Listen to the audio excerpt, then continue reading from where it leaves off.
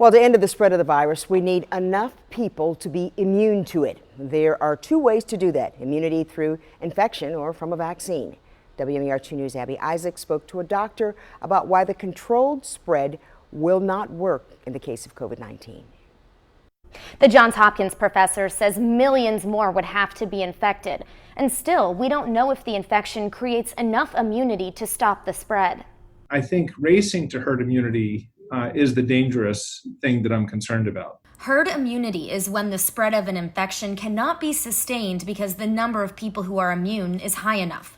Some countries are considering it as a strategy to combat COVID-19. But Johns Hopkins University professor of medicine Stuart Ray says it could not work in the U.S. unless much more effective treatments are developed. He says on average, a newly infected person infects 2 others.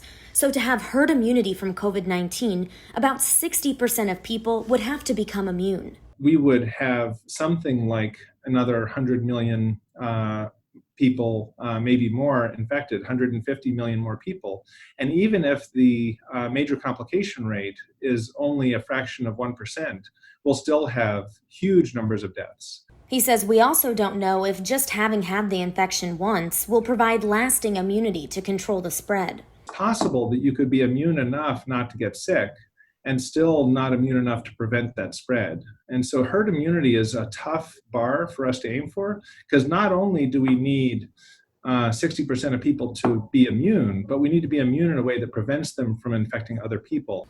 The other way to achieve herd immunity would be through a vaccine. The vaccines can work better, provide better immunity than the natural infection does, for multiple examples. The new shingles vaccine provides great immunity and protects more than 95% of people from getting shingles. Several vaccines are going through their last phase of clinical trials to see if any of them create enough immunity to prevent passing the virus along. For WMAR 2 News, I'm Abby Isaacs.